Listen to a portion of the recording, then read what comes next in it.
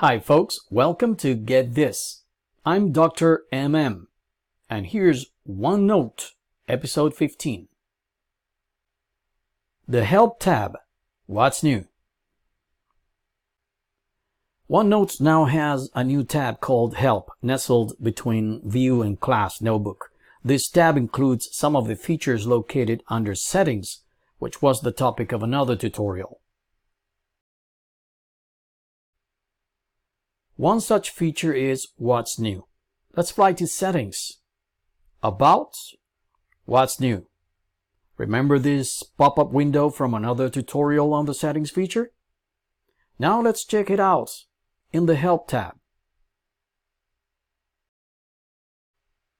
The same thing. I guess it will be a matter of time before OneNote designers take it out of the Settings panel.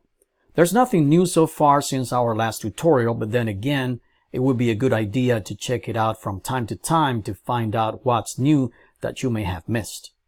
Since I didn't show it in that tutorial, let me click on Learn More down here and you will see the explanations for these features. This link will open in a browser. I'll be back in a sec. Here I am.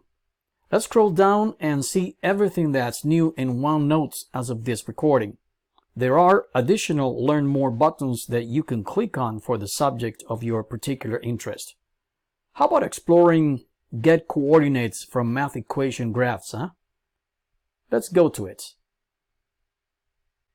Step-by-step directions that will show you how to draw graphs from math equations in OneNote for Windows 10. Okay folks, this brings us to the end of today's tutorial on the Help tab and the What's New button in OneNote. I hope you make full use of it from now on. I'm Dr. MM, and I really want you to get this.